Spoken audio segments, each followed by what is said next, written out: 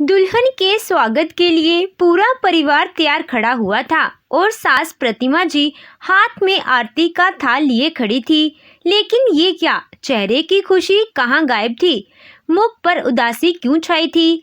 तभी उनकी बेटी मधु ने कंधे पर हाथ रखकर कहा, मम्मी, इसमें कोई क्या कर सकता है? अभी आप शांत रहिए।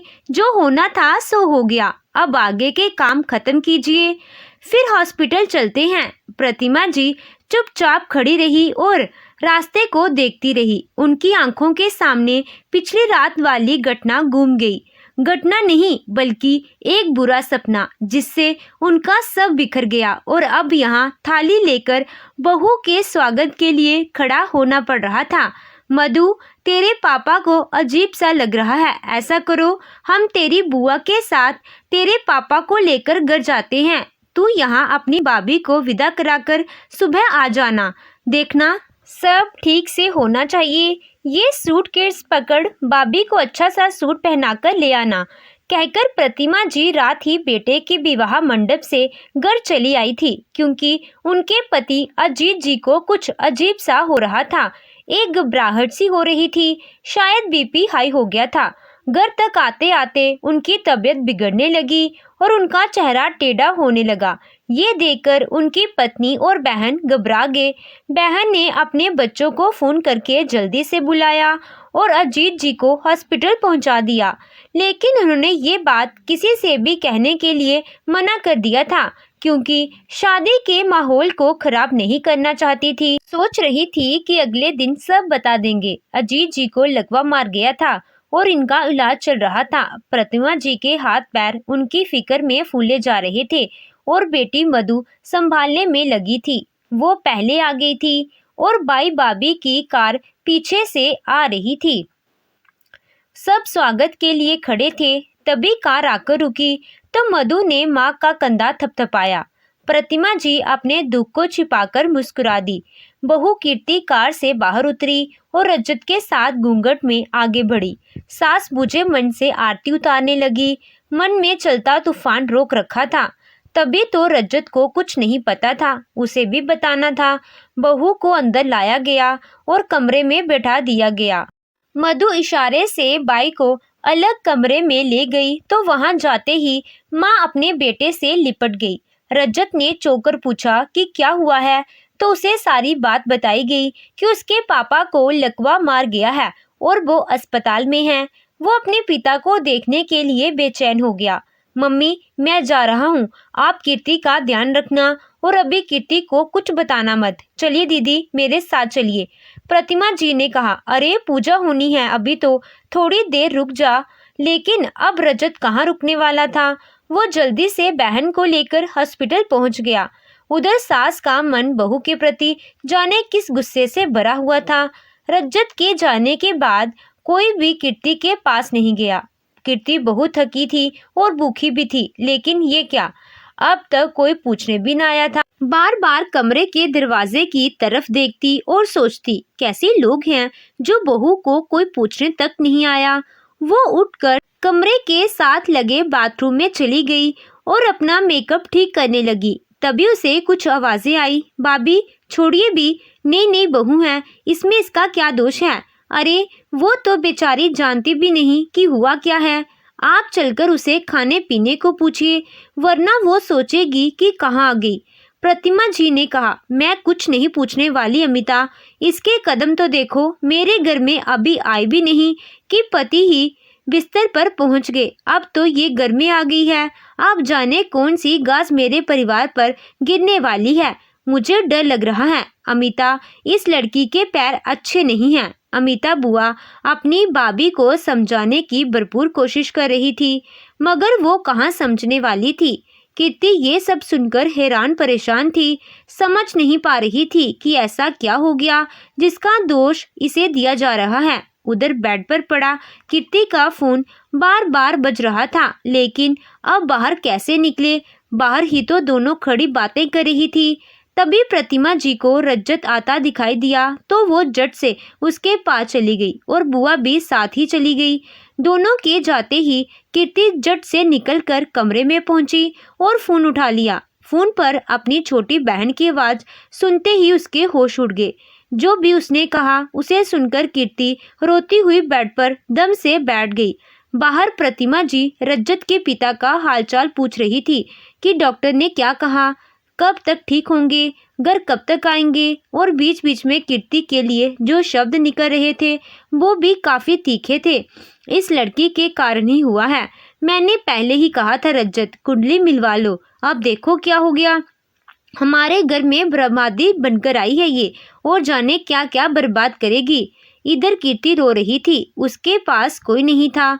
सोच रही थी कि किसे बताए। उसने रज्जत को फोन लगाया जो कि बाहर ही खड़ा हुआ था, मगर इस समय रज्जत ने सोचा कि पास बुला रही होगी। इस समय रज्जत को माँ से बात करना और संभालना ज़रूरी था। प्रीति के साथ क्या बीत रही थी वो नहीं जानता था। उसने माँ से कहा भी कि माँ, ऐसा नहीं होता है, ये पुराने विचार हैं, आप ये सब मत सोचिए, पापा ठीक हो जाएंगे। लेकिन गांव की प्रतिमा जी के ख्याल कीर्ति के बारे में बदलने का नाम नहीं ले रहे थे। अंदर बैठी बेसुध होती कृति को काफ़ी कुछ याद आने लगा जो इस अंतिम एक हफ्ते में हुआ था, जब उसके घर में शादी की तैयारियां चल रही थी और जब घर में पड़ोसी व रिश्तेदारों की खूब गहमागहमी लगी हुई थी। कोई टेलर के पास भाग रहा था तो कोई सजावट में लगा था। पकवानों व मिठाइयों की खुशबू से घर आंगन के साथ साथ पूरा मोहल्ला महक रहा था और सबके सब बहुत खुश थे। कहीं नाच गाना चल रहा था तो कुछ लड़कियां तैयार भी हो रही थी। कीर्ति और प्रीति दो ही बहनें थी जिनके पिता भी इस दुनिया में नहीं थे। सारा इंतजाम उनकी माँ राधिका जी ने अकेले किया था। पिता के जाने के बाद दोनों देवर साथ छोड़ गए थे और जायदाद में से तिनका भी उनकी बच्चियों के नाम ना किया था। समय सास ने भी कह दिया था कि बेटियां ही तो हैं, पल जाएंगी। पति अचानक से एक दुर्घटना में चल बसे थे। राधिका जी पढ़ी लिखी थी और अकेले ही मेहनत करके अपना ही एक छोटा सा स्कूल खोल लिया था। उसी के साथ आगे बढ़कर बच्चों को पढ़ा लिखा कर बड़ा किया और बड़ी बेटी कीर्ति डॉक्टर बन गई, जबकि छोटी बेटी प्रीति ने स्कूल को इंटर कॉलेज बना दिया था। दोनों ही बेटियां मेहनती और समझदार थी। आज कीर्ति की मेहंदी थी। राधिका जी सुबह से उसी के इंतजाम में लगी हुई थी। कभी मेहमानों का खाने का इंतजाम देखने भागती तो कभी मंडप में फोन करके सारे प्रबंध का पता करती।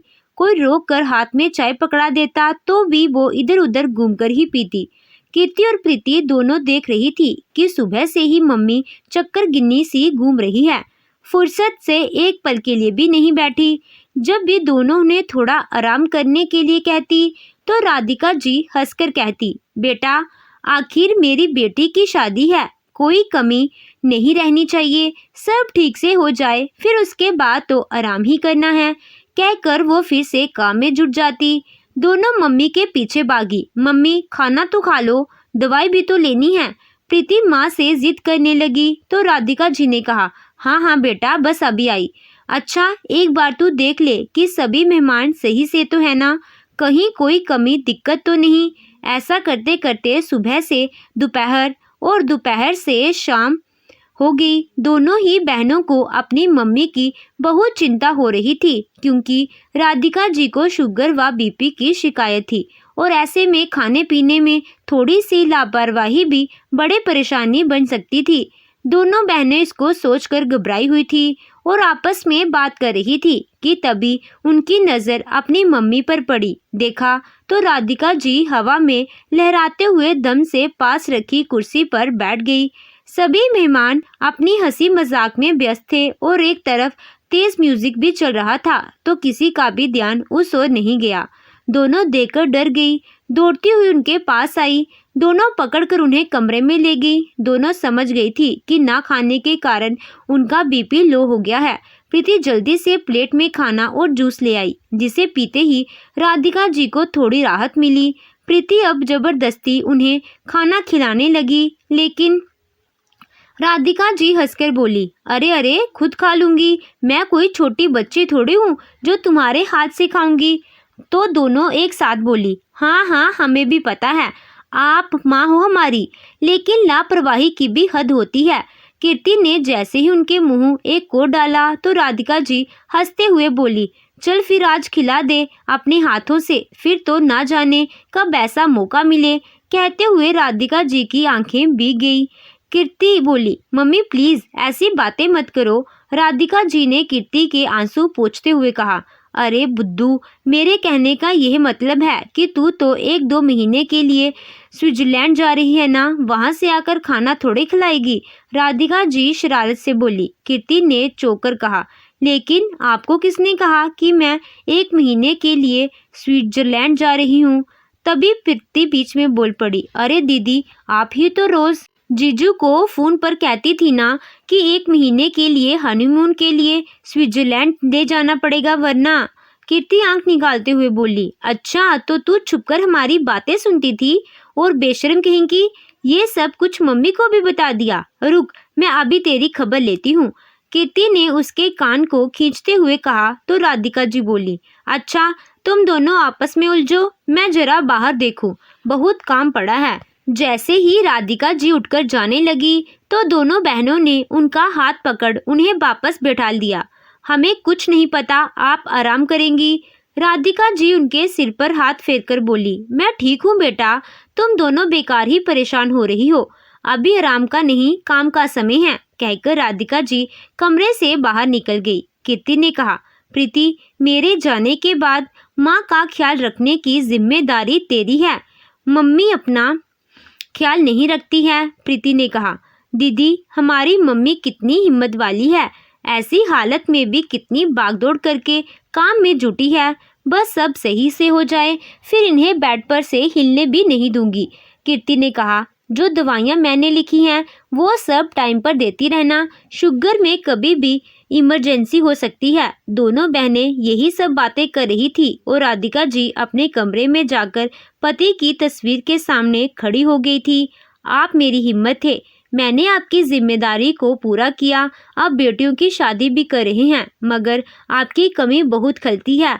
आप होते तो यूं अकेले भाग दौड़ नहीं करनी पड़ती। मैं जानती हूँ कि सब हो जाएगा, बेशक परिवार वाले हमारे साथ नहीं, मगर ईश्वर तो हमारे साथ है। मगर आपकी कमी तो रहेगी ही ना। राधिका जी काफ़ी थकी हुई थी और बीपी भी परेशान कर रहा था। उनसे खड़ा ना रहा गया और वो ना चाहते हुए भी आंखें बंद करके बिस्तर पर लेट गई। बेटी की शादी में तो अच्छों की नींद उड़ जाती है, फिर वह तो अकेली थी, वो बोला चैन से कैसे सो सकती थी। तभी कीर्ति वहां आई और उन्हें लेटे देखकर घबरा गई। मम्मी ठीक तो हो ना? राधिका जी ने कहा, लो भाई, ना लेटो तो मुसीबत और लेट जाओ तो भी मुसीबत। बेटा करना क्या है, मैं तो तुम्हारी बात मानकर लेटने आ गई। कीर्ति ने माँ का चेहरा देखा जो कि पसीने पसीने हो रहा था। कीर्ति ने कहा, नहीं कुछ गड़बड़ है, मुझे देखने दीजिए। लेकिन हाथों में मेहंदी लगी हुई थी। वो बोली, अरे ये मेहंदी अब कैसे चेक करूं? तभी राधिका जी बोली, मेरी डॉक्टर बेटी परेशान मत हो, सब ठीक है, थकान से ही ऐसा हो रहा है, तुम अपनी तैयारी करो, कहीं कोई सामान ना रह जाए, अगर कुछ रह गया तो स्विट्जरलैंड से लेने कैसे आओगी? ये बात सुनकर कीर्ति हंसने लगी और वो माँ के पास लेट गई। ये कुछ पल थे जो कीर्ति ने अपनी माँ के साथ बिताए थे। तभी कोई आया और पेमेंट के लिए कहने लगा, जिस पर राधिका जी फिर से उठकर चली गई। तभी बाहर से आ रही आवाज़ों से उनका ध्यान भंग हुआ। अरे भाभी, इतना भी क्या गुस्सा, चलकर पूजा क्यों करवाती हो? लोग समाज का भी ख्याल करना ही पड़ता है, और आखिर है तो रंजित की ही पत्नी। प्रतिमा जी बोली, इसकी पूजा करूं क्या, इस मनहूस की? कैसे मनहूस कदम है इसके? ये सब सुनकर कीर्ति दरवाजे पर आकर खड़ी हो गई थी कि उसे रजत ने देख लिया। उसके बेतहाश आंसू बह रहे थे। ये देखकर रजत चिल्लाता हुआ माँ को छोड़कर उसके पास आया। मम्मी अब चुप भी करो, उसके सामने ही सब बोल रही हो, वो रो रही है। बुआ ने कहा, भाभी, नई बहू का घर में रोना अपशकुन होता है। रजत आकर कीर्ति को चुप करवाने लगा, लेकिन पीछे से सास ने आकर कहा, रो तो ऐसे रही है जैसे इसको कुछ कह दिया। अरे मेरा पति अस्पताल में पड़ा है, तेरे कितने मनहूस कदम हैं, इधर इसके फेरे पड़े, उधर रजत के पापा बीमार हुए। कौन सी मनहूस घड़ी में इस लड़की के लिए हामी भरी थी मैंने। अमिता बुआ लगातार प्रतिमा जी को समझा रही थी, मगर वो सुनने का नाम ही नहीं ले रही थी। रजत ने इतनी बुरी तरह से रोती हुई कीर्ति से कहा। कीर्ति, माँ की बात पर मत जाओ, वो थोड़े पुराने विचारों की हैं, क्या है ना, वो पापा को लेकर सेंसिटिव भी हैं। मैं तुम्हारे साथ हूँ, तुम बस शांत हो जाओ, कुछ देर में पूजा करनी है, कीर्ति ने जोर से कहा। रजत, मैंने कभी अपने पापा नहीं देखे, माँ को ही पापा माना और उनमें ही पापा को देखा। हमारे होश संभालने से पहले ही पापा छोड़कर जा चुके थे। कीर्ति का इस तरह से बातें कहना का मतलब रजत को समझ नहीं आ रहा था। उसने कीर्ति का हाथ पकड़कर कहा, कीर्ति, जरा खुद को संभालो, हमें अब नया जीवन शुरू करना है। तुम एक डॉक्टर हो, माँ की ये तकियनुसी बातें सुनकर अपना दिमाग खराब मत करो। पीछे से सास ने कहा, तेरे बाप नहीं है तो मनहूस क्या सबके बाप को खा जाएगी। रज्जत, इसके आने से ही ऐसा हुआ है, मत सुनो मेरी और करो लव मैरिज। मेरी तो सुनता ही कौन है। ये सुनकर कीर्ति बिलक पड़ी और दम से नीचे बैठ गई और रज्जत की माँ ऐसा कहते हुए अपने कमरे में बंद हो गई। बुआ पीछे पीछे दौड़ी, मगर तब तक प्रतिभा जी ने दरवाजा बंद कर लिया था। मधु रजत के पास आकर खड़ी हुई और बोली, रजत, इसको संभालो, मैं माँ को देखती हूँ। मधु भी चली गई और बुआ के साथ माँ को दरवाजे के बाहर आवाजें देने लगी। रजत ने कीर्ति को खड़ा किया और कहा, कीर्ति, माँ को माफ कर दो, वो कम पढ़ी लिखी हैं, कुछ सोचती समझती नहीं है। कीर्ति ने रोते हुए कहा। रजत आने से उसे देखने लगा। अरे कीर्ति, इतना सीरियस मत हो, कहने दो ना माँ को। उसने कीर्ति को गले से लगा किया। कीर्ति जोर जोर से रो रही थी। उधर प्रतिमा जी दरवाजा ही नहीं खोल रही थी। मधु और बुआ जी लगातार कोशिश कर रहे थे। सारे मेहमान इकट्ठा हो चुके थे, सब आवाजें दे रहे थे, मगर कोई फर्क नहीं पड़ रहा था। अचानक दरवाजा खुला और सामने खड़ी प्रतिमा जी सबको देखने लगी। सब उन्हें हैरत से देख रहे थे। मधु ने ऊपर से नीचे तक देखने लगी। उन्हें सही सलामत देखकर उसकी घबराहट कम हो गई थी। माँ, ठीक हो ना? ऐसे दरवाजा बंद क्यों किया? हम सब कितना डर गए थे। प्रतिमा जी सब लोगों में रजत को ढूंढ रही थी, मगर वो उन्हें नजर नहीं आया। तभी उन्होंने देखा कि रजत कीर्ति का हाथ पकड़कर कहीं ले जा रहा है। देखते ही देखते वो उसे लेकर घर से बाहर निकल गया। इस दृश्य को देखकर मधु भी हैरान थी और वो बाई को आवाज ही देती रह गई थी और वो निकल गया। प्रतिमा जी दहाड़े मारकर रोने लगी। जाने किस घड़ी में मैंने इस लड़की को बहू बनाना मंजूर किया था। इस लड़की को कहा था कि कोई और देख ले, लेकिन कर ली शादी। अब देखो कि एक दिन भी नहीं हुआ और कैसे सबके सामने ले गया है। ये जो कहेगी अब तो मेरा रजत वही करेगा। मधु बेटा, अब तू तो इंतजार कर, जाने कब तेरी माँ वृद्धाश्रम में मिले। मधु ने उन्हें कंधों से पकड़ा। अरे माँ, इतना परेशान क्यों हो? मैं अभी रजत को फोन लगाती हूँ और पता करती हूँ कि अचानक कहाँ गए हैं। मधु ने जल्दी से फोन लगाया और बुआ जी ने प्रतिमा जी को बेड पर आराम से बैठा दिया। मधु ने जैसे ही कहा, अरे कहाँ गए तुम दोनों? भी पूजा होनी है, रजत ऐसे नहीं जाते कहीं। मधु बोल ही रही थी कि प्रतिमा जी ने उसके हाथ से फोन छीनकर कहा, कर ले बीवी की गुलामी, इसे मेरे घर में लाने की अब कोई जरूरत नहीं है। रजत ने जोर से चिल्लाकर कहा, माँ, इसकी माँ की हालत बहुत सीरियस है, अस्पताल में है, वही बैठा हूँ। और कीर्ति इसी कारण रो रही थी। ये सुनकर प्रतिमा जी सबके चेहरे देखने लगी। फोन स्पीकर पर था और सबने सुन लिया था। बुआ जी ने मेहमानों को जाने का इशारा किया और दरवाजा बंद कर लिया। भाभी, अब क्या कहना है आपका? प्रतिमा जी अब लगातार जमीन को ताके जा रही थी। होठ सिर चुके थे और जैसे सारी दुर्घटना ही उल्टी हो गई हो। इस तरह हार कर प्रतिमा जी का अहंकार उल्टी हो गया था। उन्होंने कहा, देख लो तुम भी, मनहूस तो इतनी है कि अपनी माँ को भी नहीं छोड़ा। मधु और बुआ जी गुस्से में कमरे से बाहर निकल आए। दोनों कार से हॉस्पिटल पहुंचे और जाते ही बुआ जी ने नई नई दुल्हन बनी कीर्ति को गले से लगाकर कहा, बेटा, मैं समझ रही हूँ तुम पर क्या बीत रही है। हम बस माफी मांग सकते हैं और इस समय तुम्हारी माँ को सबसे ज्यादा तुम्हारी और रज्जत की जरूरत है। इनका ख्याल रखना। कीर्ति बुआ जी से गले लगकर खूब रोई। बिना कीर्ति के ही बाद में दोनों वापस आ गए। सारे मेहमान देख रहे थे। नई नवेली दुल्हन अस्पताल में थी और पूजा के लिए इसका इंतजार हो रहा था। घर आकर मधु और बुआ जी ने मिलकर प्रतिमा जी से कहा, पापा बीमार पड़े तो आप अकेली नहीं थी, सब थे ओके पास और इस समय भी उनके पास फूफा जी और चाचा जी हैं। लेकिन कीर्ति को देखिए, वो अकेली है, उसके अलावा एक छोटी बहन है। आपके मन के पुराने विचारों ने माहौल को खराब करके रख दिया। अब बताइए कि क्या आप अपने बेटे रजत को मनहूस कहलवाना पसंद करेंगी? तबीयत तो कीर्ति की माँ की भी खराब हुई है ना, कहीं रजत के ही कदम मनहूस तो नहीं? अब प्रतिमा जी को काटो तो खून नहीं जैसी स्थिति हो गई थी। सही तो कहा था अमिता बुआ जी और उनकी बेटी मधु ने। प्रतिमा जी की नज़र झुक गई थी। अगले ही पल उन्होंने कहा, मधु मुझे जल्दी से रजत का नंबर लगाकर दे, मुझे उससे बात करनी है। मधु ने नंबर लगाकर दे दिया। रजत ने फोन उठाते ही उन्होंने कहा, बेटा मुझे कीर्ति से बात करनी है, मुझे उससे माफ़ी मांगनी है। मैंने जाने किन पुराने विचारों में आकर उसे इतना कुछ कह दिया। मैं अपने शब्दों के लिए माफ़ी मांगती हूँ। प्रतिमा जी रोते हुए कह रही थी। उन्हें समझ रहते ही पछतावा हो गया था। रजत ने कहा, मम्मी हम 1 घंटे में आ रही हैं, आप पूजा की तैयारी रखिएगा। उसके बाद कीर्ति माँ के वापस अस्पताल आएगी और मैं भी।